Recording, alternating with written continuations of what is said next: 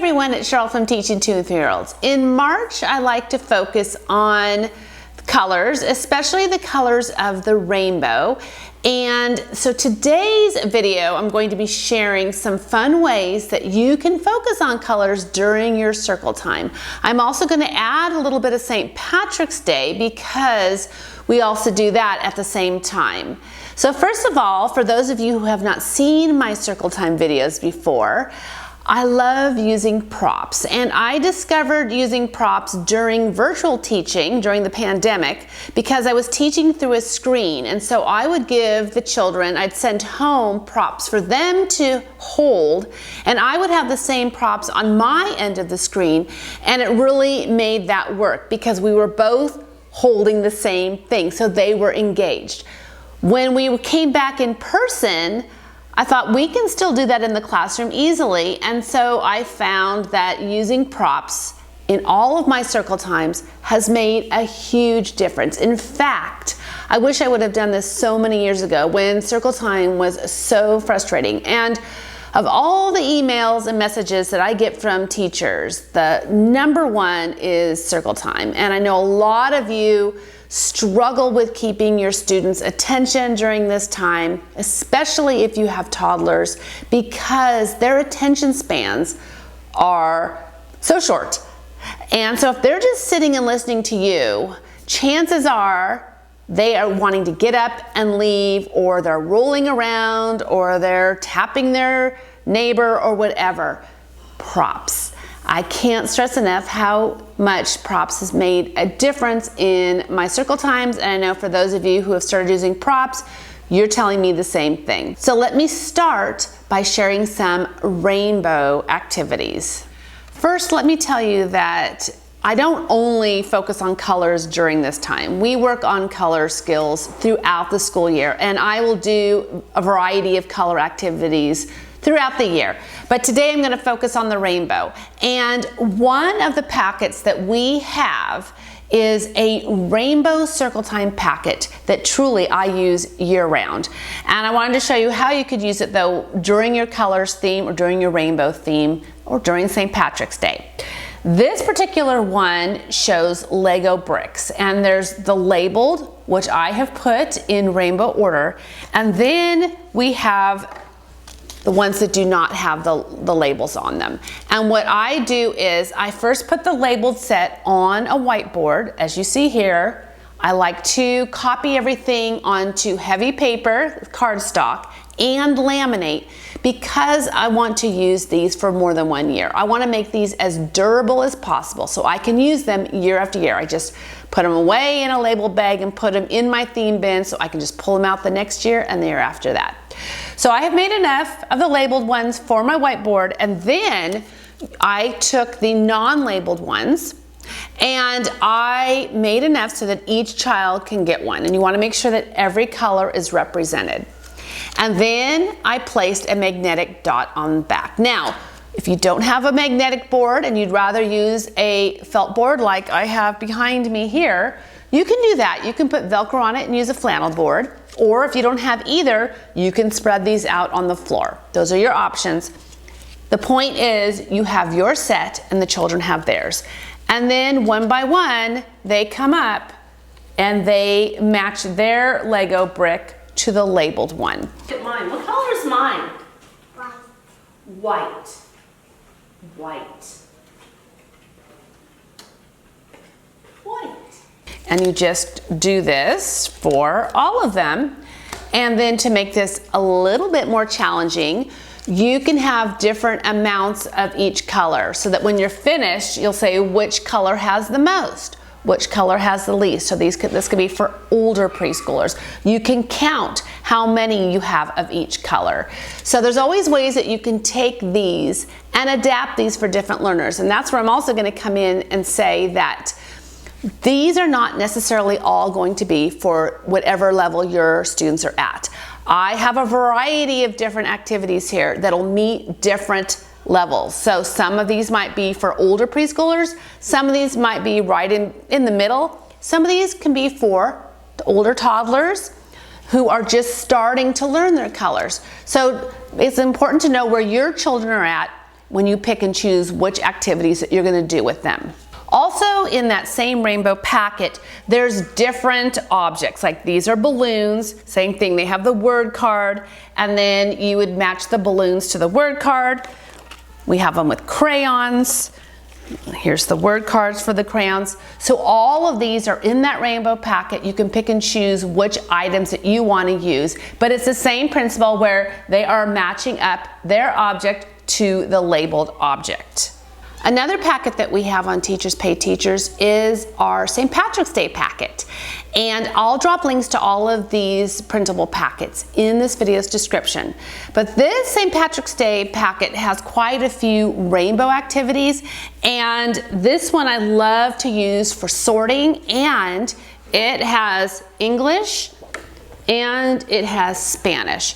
And so there's different varieties that you can use. I just wanted to show you that there's the ones that have the words, and you just can match them up.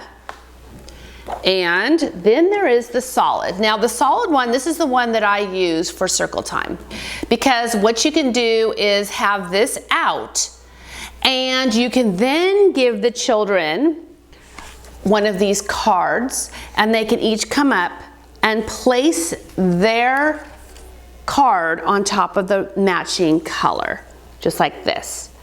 And it also has the solid, so you can choose which ones you want to do.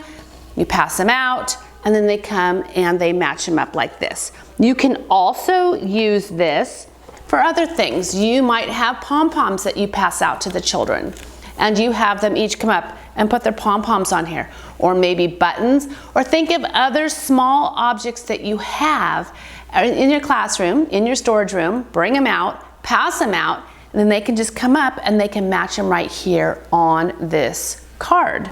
Also in that packet we have a rainbow, and this is the large size that I use, and then there's also smaller rainbows that I pass out to the children. So in my March playlist on Spotify, and I'll drop a link to that playlist in the video's description, I have some different rainbow color songs. You can choose which ones you want, and then you can point to the colors as you sing the song, and the children can take their rainbow and they can point to the colors too. Then what I have done is I created a little baggie with pom-poms that are the colors of the rainbow, and then the children can, right there at circle time, as you call out each color, they can then take their pom-pom and they can just put it right on top until they build a rainbow with pom-poms, and you can do the same with your larger one. Also in that St. Patrick's Day packet, there are some St. Patrick's Day activities that are for circle time and also for tables. So some of these I will do at circle time. Here's one of them. These are some flip cards. They go 1 to 10. And so on one side is the number, on the other side you have your gold coins. So as you hold it up, you can ask the children how many gold coins are on this card, and they'll tell you, and then you flip it over to see if they get the right answer. So these are fun, and like I said, in that packet there's also some activities that you can do at your table activity area or for small groups. So make sure to check that packet out.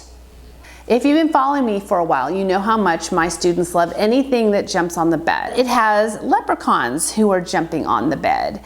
And so I laminated these like I always do, and I chose for this one to put Velcro on the back so that I could use it on a felt board just like this, but you can just hold it if you want to do that.